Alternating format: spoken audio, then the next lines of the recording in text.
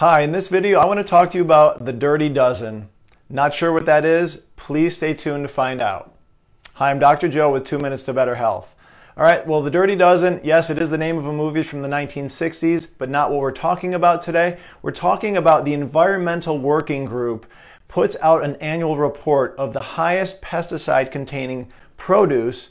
Okay, so the things that we should try to avoid non-organic, or at least make sure you're cleaning very well these fruits and vegetables. All right, so let's find out a little bit more about this. First of all, I do want to tell you that even though these do have a higher level of pesticides than most other produce, produce is still better than a lot of processed foods. So it doesn't mean don't eat these foods. It means preferably buy organic, prefer buy locally raised, or at least spray them well with natural cleaners and vinegar solutions and soak them to try to get as much of these out of it as possible. All right, let's get started. Potatoes, all right, that makes the number 12 list there. Okay, that goes in potato chips and French fries, all sorts of things. We've got celery. We use celery to season things, okay? And it's, it's boiling in many soups and things, so it's going to draw those pesticides into the foods and things that you're consuming. Tomatoes, obviously tomato sauce and juice and ketchup and all sorts of things. So commercially raised has a high level of pesticides. Pears, love pears, but it's, up there on the, top 12 list.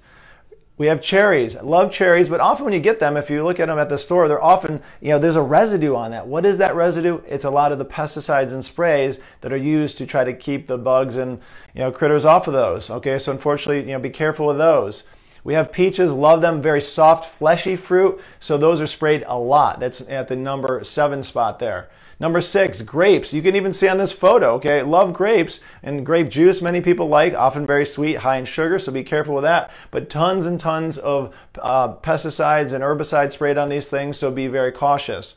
All right, apples, my absolute favorite fruit. Love them, but again, often very sprayed and contain numbers of them, but also the quantity. And these things are often put into juices, so be careful because that's a concentrated source of many apples put into one glass.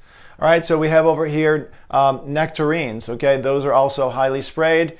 We have kale. The first time in 10 years kale has made the list, but look at all those nooks and crannies. So when that's sprayed, it's going to be hard to even rinse that out. So you have to really soak that, first of all, but unfortunately, unless it's organic, lots of pesticides on it. Number 2, the darling of many people's natural eating is spinach. Okay, it's great for muscles. Popeye proved that to us, but unfortunately, it's very high in it. So make sure you clean that well, preferably by organic. And number 1 for the last 5 or more years is strawberries. Now, I don't recommend anybody eat strawberries unless they are organic, because no matter how well you clean these, they're so soft, they're so fleshy, you can't get all of the pesticide residue out of that. And when they're doing their studies, they're not just doing it on the outside of the fruits and vegetables, they're doing it on the inside of it. So these things are leaching into it because as it's growing, they're spraying it, becomes part of the infrastructure of that food. So be very cautious with this. So take a screen capture of this, take it to the store with you if you like the photo version, or here's the written version, so you can go and simply look at some of the worst offenders, preferably always buy organic, but we realize that gets expensive, so at least look for the dirty dozen, try to avoid these as much as possible.